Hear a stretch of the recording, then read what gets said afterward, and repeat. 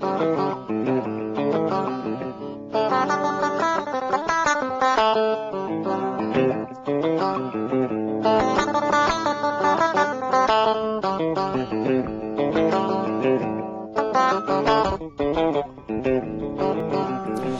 et messieurs, bonjour et bienvenue dans cette nouvelle édition de 15h dont voici les grandes lignes.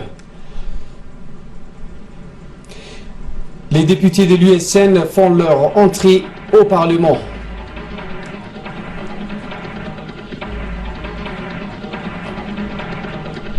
Autre titre dans cette édition, sanglant attentat au Yémen et en Turquie, une femme kamikaze se fait exploser devant un commissariat.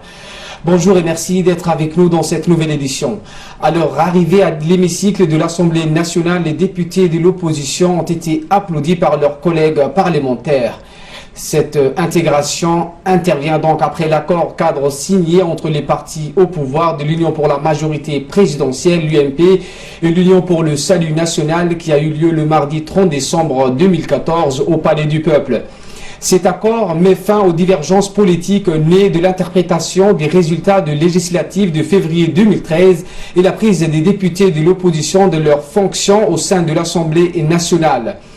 C'est que les 8 députés de l'opposition ont fait leur entrée au Parlement alors qu'ils avaient été précédés auparavant par les députés Youssouf Ambassa et Feu Adan Roble Awali.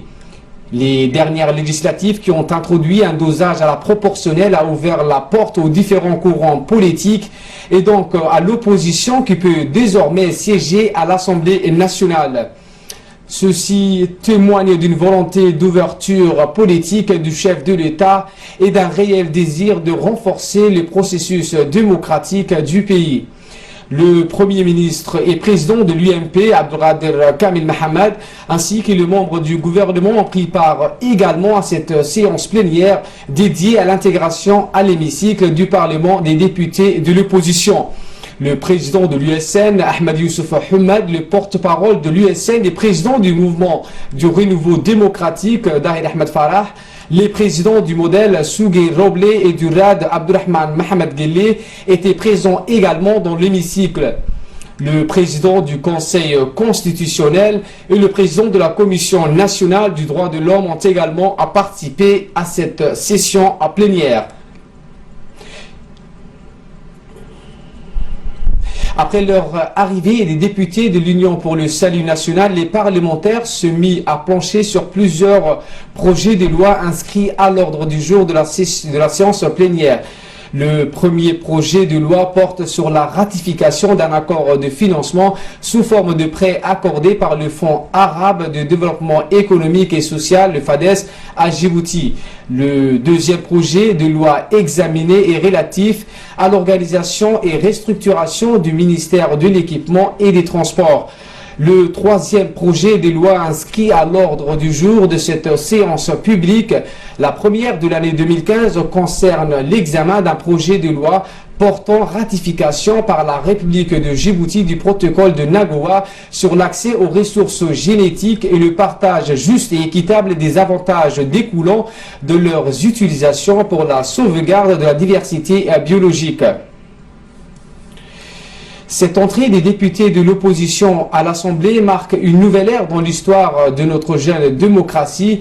Elle constitue, selon le président de l'Assemblée nationale par intérim, Mohamed Ali Hamadou, un nouveau challenge pour notre démocratie et une nouveauté à la fois pour la majorité comme pour l'opposition, a-t-il souligné. Il va nous falloir apprendre à composer et à travailler ensemble, a-t-il ajouté. Écoutons d'ailleurs les propos du président de l'Assemblée nationale par intérim.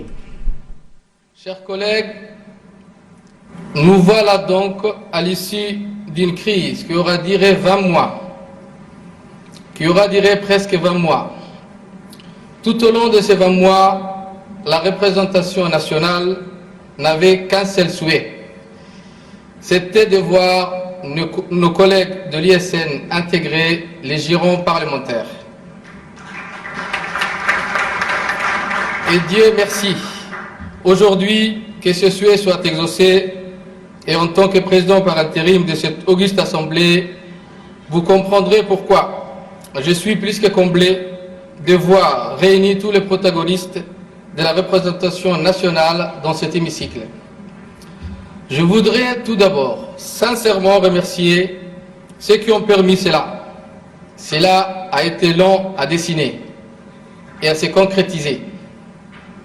Mais si les pourparlers ont achoppé à 3 reprises, si les positions des uns et des autres ont semblé irréconciliables, les mérites, on revient à ceux qui ne se sont pas découragés, qui ont persévéré et qui ont finalement abouti. Mes félicitations vont donc à M. Ismaël Gedi Hared, ici présent, et aux dirigeants de l'ISN qui ont fait les paris de la négociation pour sortir d'une crise politique sans précédent dans l'histoire de notre pays. Mes félicitations également aux dirigeants de l'IMP qui ont œuvré sans relâche pour parvenir à cet heureux épilogue. Notamment le Premier ministre et président de l'IMP, M. Abdelkader Mohamed Kamil, ainsi que le secrétaire général du RPP et ministre des Finances, M. Ilyas Moussa Dawale. Mais comme nous le savons tous, ces accords n'auraient certainement pas connu le redénouement sans l'implication active du président de la République, son Excellence, M. Ismaël Omar Guelleh. C'est sans conteste sa volonté sans cesse renouvelée de trouver un terrain d'entente pour le deux parties qui a fait la différence. Mes chers collègues, nous voilà donc rassemblés dans un lieu par excellence qui représente la souveraineté nationale. J'aimerais que nous tous ici présents, nous en mesurions l'importance de la portée. L'importance et la portée. J'aimerais en effet que nous tous ici présents, nous puissions apprécier l'honneur que nous est fait de présenter le peuple, de parler et de légiférer en son nom. C'est un privilège comparable à nul autre. Mes chers collègues, le rassemblement d'aujourd'hui signe sans conteste le début d'une nouvelle ère parlementaire. Certes, notre Parlement, depuis l'indépendance du pays en 1977, a eu le temps de se métamorphoser. À mes yeux, la présence côte à côte d'une majorité et d'une opposition parlementaire constitue un nouveau challenge pour notre démocratie. C'est une nouveauté qu'il va falloir désormais intégrer dans nos habitudes et dans notre façon de faire de la politique. Mais à vrai dire, cette nouveauté est une richesse qui constitue un supplément dans le fonctionnement de notre démocratie. Nous devons l'apercevoir en tant que telle. Bien sûr, nous devrons nous habituer, opposition comme majorité, à fonctionner avec ce nouveau logiciel. Voilà tout ce qu'on pouvait dire les députés de l'USN qui font leur entrée dans le Parlement. Autre